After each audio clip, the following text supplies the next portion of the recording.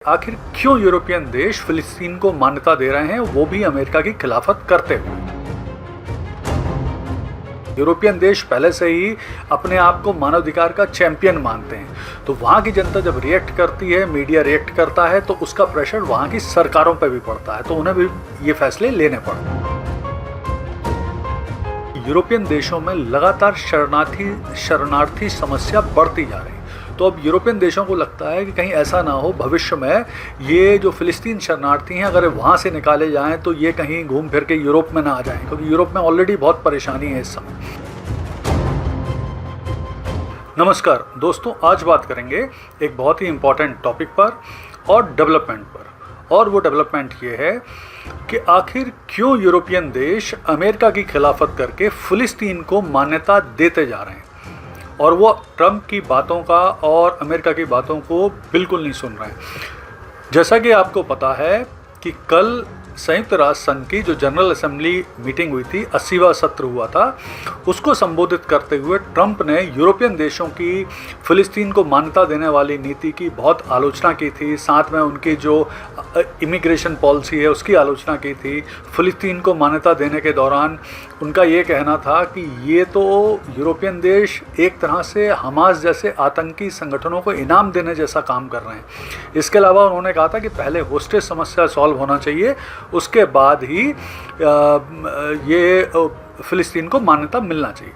तो आइए विस्तार से जानने की कोशिश करते हैं कि आखिर क्यों यूरोपियन देश फिलिस्तीन को मान्यता दे रहे हैं, वो भी अमेरिका की खिलाफत करते हुए। तो उसका जो सबसे पहला कारण है वो तो ये है कि मानवाधिकार का हनन जिस तरह से इजराइल गाजा में कर रहा है, जिस तरह से लोगों को प्रताड़ित कर रहा है, लगातार 60,000 लोगों की वहाँ पे लगभग हत्या हो चुकी है इजराइल के द्वारा, निरंतर बच्चे भी और सब परेशान हो रहे हैं। तो जब इसकी न्यूज़ यूरोपियन अखबारों में छपती हैं तो वहाँ की जनता रिएक्ट करती है, क्योंकि देखिए यूरोपियन देश पहले से ही अपने आप को मानवाधिकार का चैंपियन मानते हैं।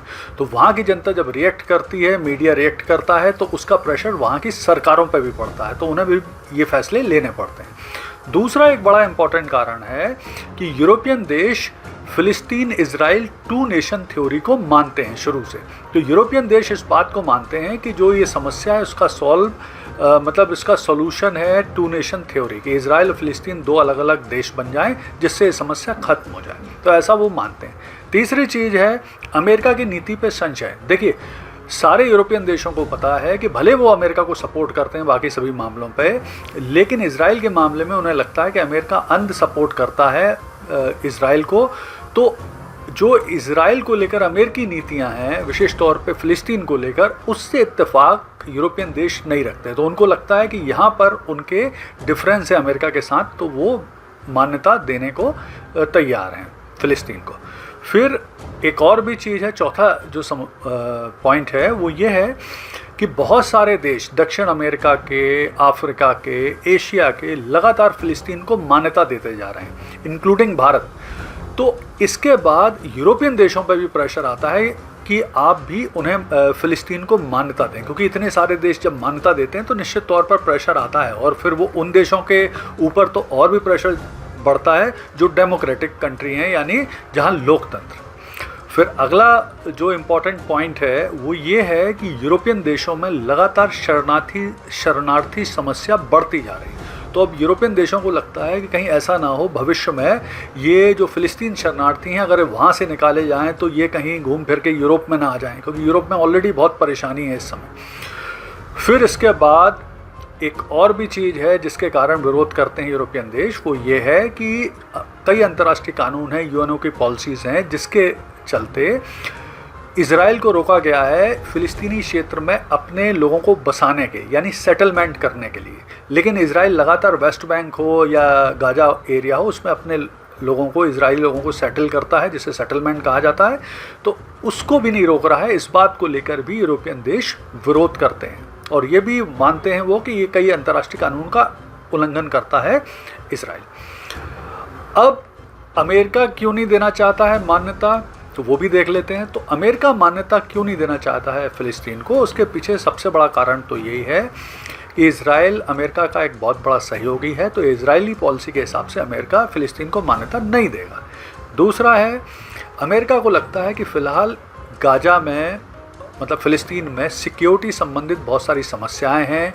हमास जैसे आतंकी संगठनों की वहाँ उपस्थिति है। अभी वहाँ पे हॉस्टेज समस्या है, बहुत सारे हॉस्टेज ऑलरेडी हमास के पास हैं, तो जब तक वो नहीं छूटते तो इस मुद्दे पे बात करने की ज़रूरत ही नहीं। और इसके अलावा सबसे बड़ी चीज़ है कि अमेरिका शुरू से इस बात का समर्थक है कि जो इजराइल और फ़िलिस्तीन प्रॉब्लम है ये एक बायलैटरल प्रॉब्लम है, द्विपक्षीय समस्या है, तो दोनों पक्षों को मिलकर ही इसे दूर करना चाहिए, ना कि किसी तीसरे देश या अंतर्राष्ट्रीय संगठनों की हस्तक्षेप से ये दूर हो।